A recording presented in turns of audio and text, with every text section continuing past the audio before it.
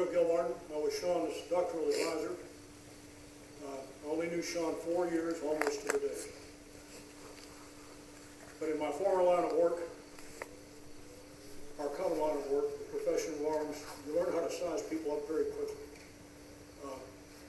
For me, Sean was a quick study, in part because we have many common points in our background. Both graduates of the Air Force Academy, both went on to flying careers in the grittier aspects of the Air Force flying world. Not glamorous, but challenging. Me in helicopters, he in C-130s. That gives you a certain perspective. And not the glamour and glory of Tom Cruise up in the stratosphere with the cameras rolling. You've got people in the back of that airplane who aren't going to make it if you mess up. There's no way they can get out. And thinking through that does certain things to your outlook on life, responding positively to that. You know a pilot by his war stories. And I must say that Sean and I exchanged war stories over a number of years to certainly my entertainment and our mutual benefit. And there is no doubt in my mind that he was one of those rarities, a thinking pilot. One who learns from every experience, one who gets better with age, not rusty. Had I been younger, I would love to have flown with him. He learned, and there are people around who would not be were it not for him and his skill. As an intellectual, he was a quick study. He was an awfully easy individual to advise, and I know that his master's thesis advisor, who's sitting here, Colonel Dr. Hal Winton, from School of Advanced Air and Space Studies, would agree with me on that. He was a low-maintenance student, but a brilliant student. Able to think outside the box, that's a cliche, but he came up with brilliant insights. He was an indefatigable and very clever researcher, solid analytical skills, able to put himself in the mindset and the time of the individuals, the institutions, and the time he was studying. He produced a marvelous dissertation, which I'm quite confident will see its way into print before too very long. It was an honor and an absolute privilege to work with him. I spent much of my life, going back further than most of you in this audience are alive, as a cadet all the way back in military school in the 50s, we can say, looking at my fellow cadets, later my fellow officers, and estimating how I thought they would do under pressure, how they would do in combat. And I formed judgments. And I lived long enough to where I could see how some of those judgments played out, and I'm pleased to say that my track record was pretty good. My judgment on Sean Judge was universally positive almost from the beginning. The man was clearly a leader. He was clearly a man of principle. He was someone who thought through the impact of his actions on others. It was an honor to serve with him. And I see, looking out into the audience, that many of you all believe so as well. You were touched by his presence. You were touched by his leadership, by his dignity. I would say without question, and I've known many officers, in many circumstances over many years, one of the finest officers I have ever known. The Air Force is poorer for him, but the Air Force and all of us are richer for his having been here.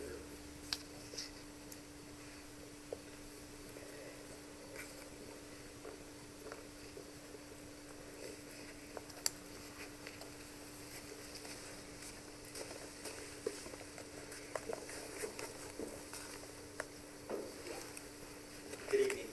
My name is Lieutenant Colonel Ned Sandlin, and I serve on the command staff at the Air Force Institute of Technology.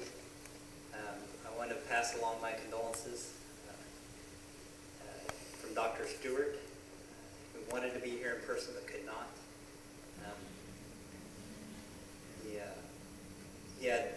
Your husband had a remarkable career, and while I did not have the honor and privilege of knowing him as a friend, I crossed paths with him on many occasions. Beginning back at the Air Force Academy, we spent 3 years there together, and so I know I passed him dozens of times in the hallway. And looking at his picture, I know he looks very familiar, and there's reasons why, as I'll explain. I graduated just a year ahead of him at the academy, and then I went to Columbus, where he showed up a couple months later. We went through he went through the 37th Flight Training Squadron just a couple months after me, and then the 50th, where he flew Tweets, the T-37 Dragon, which is the Air Force's primary trainer, and then after that to T-38 Talon, which is the advanced trainer for fighter aircraft, and at the time for tanker transport. I went on to be a tanker pilot. Sean went on to fly the C-130 at Pope Air Force Base, where I presume he met his better half there, and spent 3 years there flying the C-130, or the Four Fans of Freedom as we refer to it. And the C-130, for those of you who don't know, is the backbone of our inter-theater airlift, and I've had the pleasure of flying on that aircraft many a time.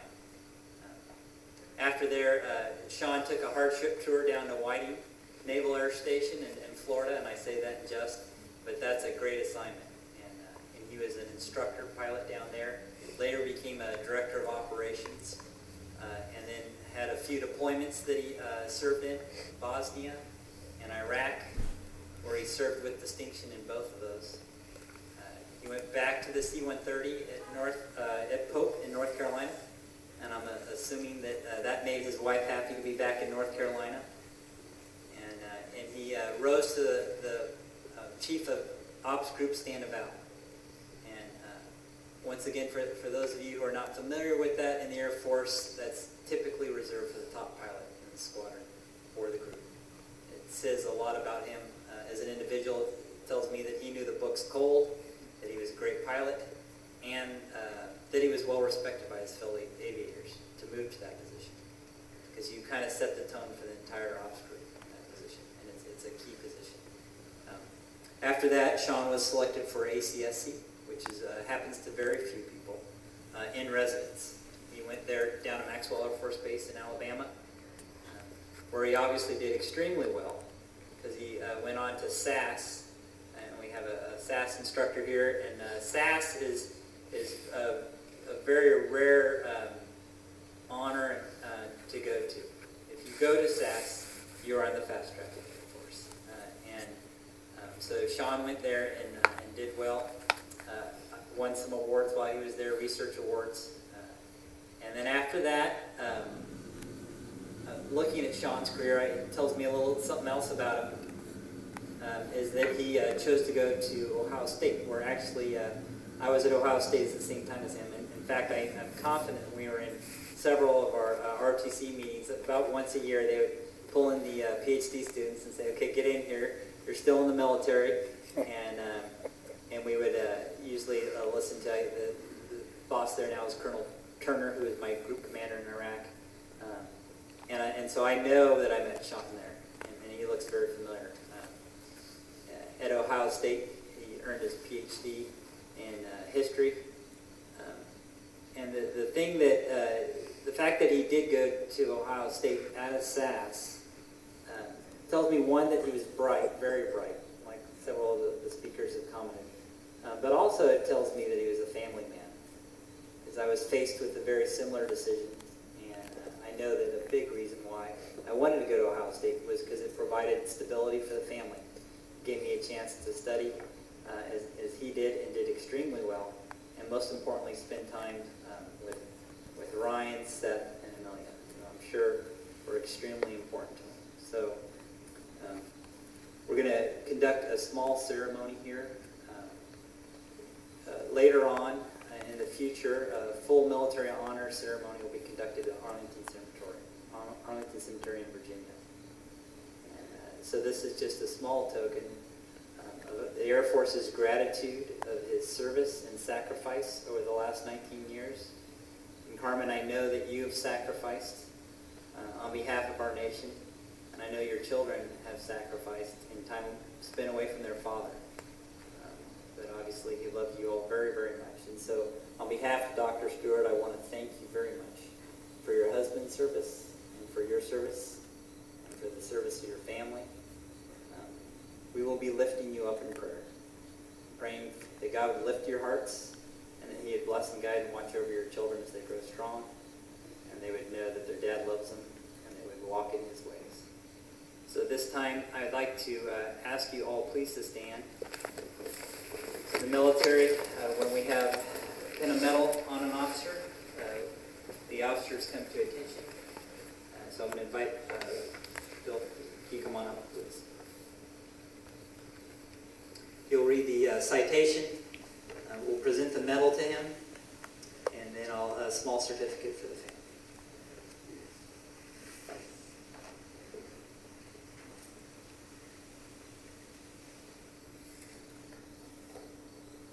Attention to orders. The United States of America, to all who shall see these presidents, greeting. This is to certify that the President of the United States of America, authorized by Executive Order 16 January 1969, has awarded the Meritorious Service Medal, 1st Oak Leaf Cluster, to Lieutenant Colonel Sean M. Judge.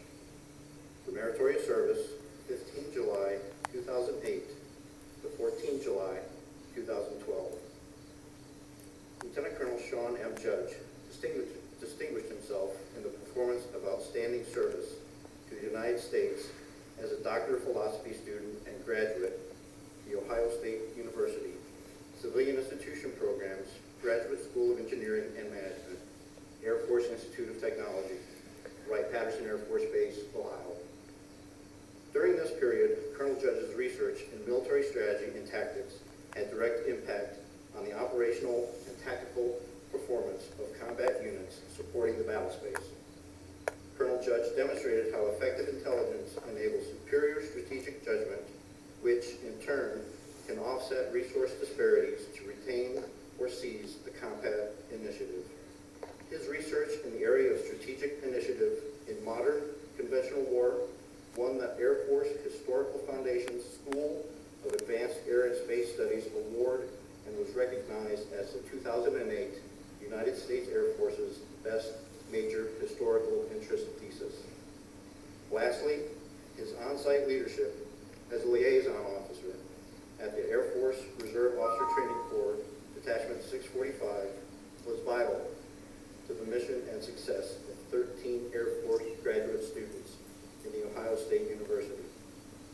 The singularly distinctive accomplishments of Colonel Judge and the dedication of his service to his country reflect great credit upon himself and the United States Air Force. Given under my hand, 18 July 2012, Todd I. Stewart, Director and Chancellor, Air Force Institute of Technology.